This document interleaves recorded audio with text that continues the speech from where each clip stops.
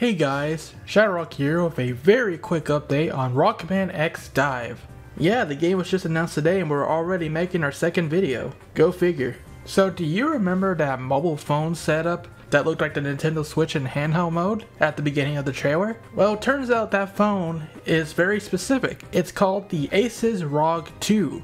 And pretty much this phone is going to be the gamer's dream. If you want to mobile game, super hardcore, you're going to get the ASUS ROG II because it has a lot of amazing specs. And without getting too much into the technical details, pretty much for Rockman DiVE, this phone is going to run this game like it's on steroids. Reason being is apparently Rockman X DiVE and the ASUS ROG II have a partnership going on. First of all, Rockman X DiVE will run at 120 Hz on the ASUS ROG II.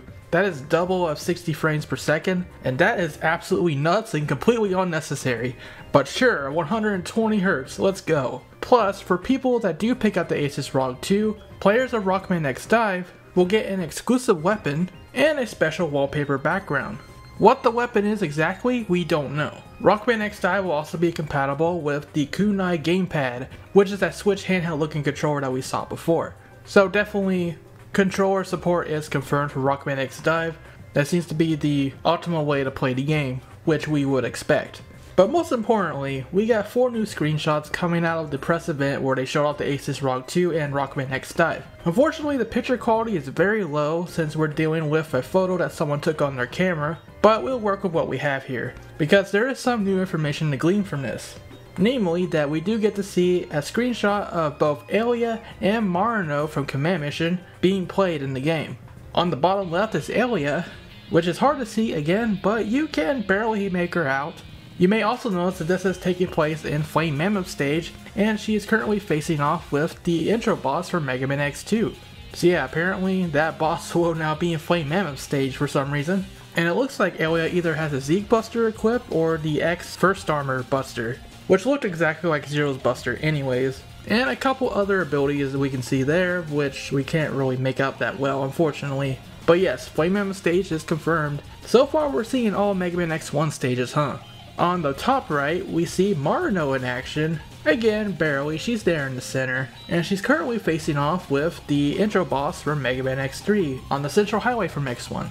Once again, it's really hard to see all the details, but we can see a couple special skill icons that feature Marino herself. It looks like one of the skills will be her kunai weapon, and maybe the other icon is a special melee type attack, or maybe her move where she steals items. As for Marino's main weapon, we can see that she's using her beam chakram weapons just like she did in X Command Mission. So basically we got confirmation of 3 things: playable Marino, playable Alia, and Flame Mammoth stage with the X2 intro boss.